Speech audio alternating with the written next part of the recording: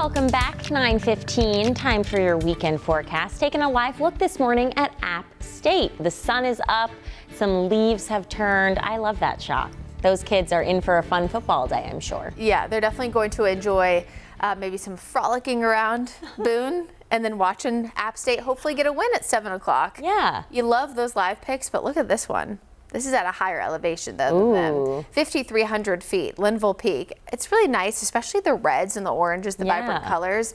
Oftentimes when we have a wetter summer, we see more vibrant colors, but actually there's a lot of influence based on our drought, our surplus of rain during the summer, and even climate change can actually have sometimes an influence on our fall foliage. So far this year, it looks pretty good.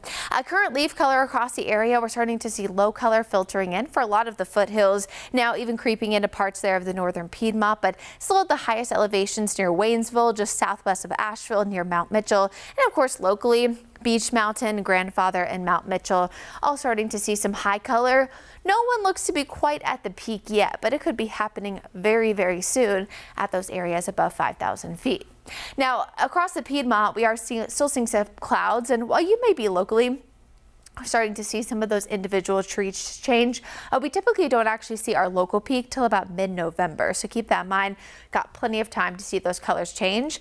This afternoon, definitely seeing some clouds mixing out as we have that front passing to our south. So if you're stepping out noticing a breeze, that breeze also has to do with the front and will settle down as we hit the second half of the afternoon.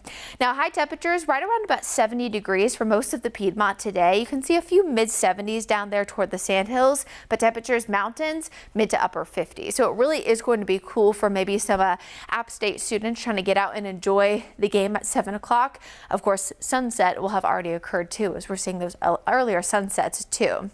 Now temperatures tonight, this is really the million-dollar question. Will temperatures in the mountains get cold enough to see a potential freeze? So far, my thinking is closer to a frost. This oftentimes happens below 36 degrees. So I would cover up those plants if you have any that are susceptible. It's probably less likely there the further north you get that you have those susceptible plants to frost and freeze, since they happen more often for the folks up north, but definitely be aware of that. Across the Piedmont, lower to middle 40s. So I do definitely think it's still going to be a cold start to the day tomorrow and a bit of a shock to the system for many folks. Something else that may shock you is when you get in the car tomorrow morning, your tire pressure light might be coming on. Now, it might have already happened. Mine actually has too, as we have had some mornings in the 40s. But what happens is with a big temperature swing like this morning, we are at 57 for our low in Charlotte, but tomorrow morning at 41. Every 10-degree drop, you drop about 1 to 2 psi. So it could be as much as 3 to 6 by tomorrow morning.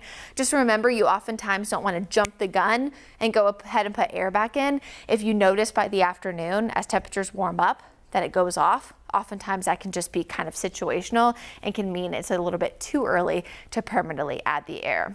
If it happens though for multiple days, you might want to check those tires.